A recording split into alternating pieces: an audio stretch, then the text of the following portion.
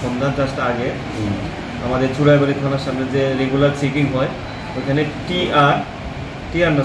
ML05T8382 একটা বাস, যাত্রীবাহী বাস, ওটাতে চেকিং করার সময় এখানে 7 জন, ওরা টোটাল 7 জন ছিল। তার মধ্যে 3 জন মহিলা, 2 জন শিশু আর 2 জন পুরুষ। তাদেরকে দেখে পুলিশের সন্দেহ হয়। তারপর ওদেরকে জিজ্ঞাসাবাদ করে, তারা বলে দেয় তারা বাংলাদেশ থেকে এসেছে, ওরা হায়দ্রাবাদ যাবে। তারা কোনো বৈধ কাগজপত্র দেখাতে পারেনি। তারপর আমরা ওদেরকে থানাতে নিয়ে আসি। কতজন রয়েছে?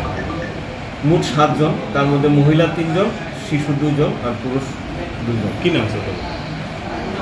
পুরুষ যে আছে আব্দুল ইলাহি, আর আছে আব্দুল শুক্কর। আর মহিলাদের নাম আছে রমিদা বেগম, রোজিনা বেগম আর সকিনা বেগম। শিশু 2 জন কি মেয়ে শিশু না ছেলে শিশু?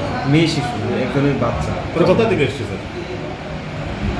তারা আমাদের যে প্রিলিমিনারি ওদের যারা ইন্টারোগেশন করা হয়েছে, ওরা বলেছে যে বাংলাদেশ কক্সবাজারে ওদের রোহিঙ্গা ক্যাম্প আছে, ওই ক্যাম্প থেকেই ওরা এসেছে। ওরা হায়দ্রাবাদের রোজগারের উদ্দেশ্যে যাচ্ছে। ওরা নাকি হায়দ্রাবাদে আরও একবার গিয়েছিল।